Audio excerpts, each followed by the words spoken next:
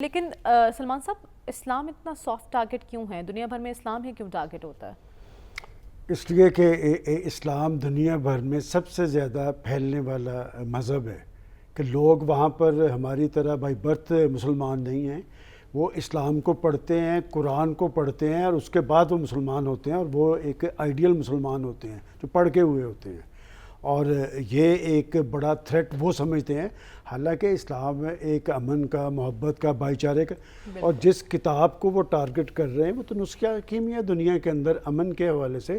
کون سی ایسی چیز ہے جس کا حل قرآن نے فراہم نہیں کیا؟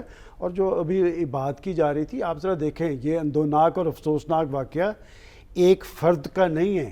وہ درست کہا انہوں نے کہ پہلے اس نے پولیس سے اجازت طلب کی، پولیس نے اجازت نہیں دی، پھر کورٹ کے پاس گیا ہے، کورٹ نے اس کو اجازت دی ہے، اور سیکیورٹی بھی دی گئی ہے اس شخص اور اس سے زیادہ خطرناک عمل کیا ہے کہ اس کے بعد اس شخص نے پھر اعلان کیا ہے کہ میں 10 دن کے بعد پھر عراقی ایمبیسی کے باہر کروں گا اور ساتھ عراق کا جھنڈا بھی جلاؤں گا.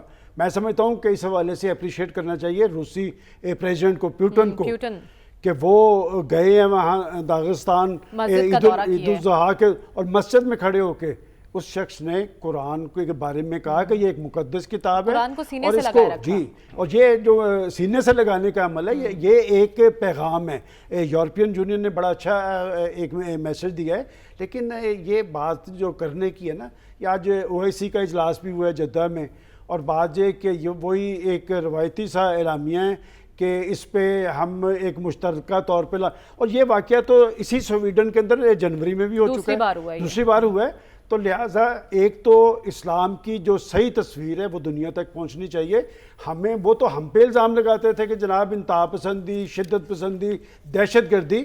اور آپ کو یاد ہوگا کہ نیوزی لینڈ میں بھی 2019 میں دہشت گردی کا مسجد نور تھی وہاں پر، اور وہاں پر لیکن میں اپریشیٹ کرتا ہوں وہ خاتون پرائم منسٹر تھی، اس نے کہا یہ دہشت گردی کا واقعہ ہے، یہ ہماری سیاسی تاریخ کا سیاہ باب ہے. وہ مسلمانوں کے وہ ساری جو عمل تھا ان کا سارا، اس میں وہ ساتھ کھڑی رہی ہیں. میں سمجھتا ہوں کہ سویڈن جیسے ملک کے بارے میں تو رائے یہ تھی کہ یہ بڑے مہذب ملک ہیں، لہٰذا یہ انتہا پسندی اور شدت پسندی اب ان کی پہچان بن رہی ہے. لیکن میں سمجھتا ہوں کہ آپ کو یاد ہوگا کہ ماضی میں جب یہ واقعات ہوئے تو پاکستان میں ایک مذہبی جماعتوں کا رد عمل تھا.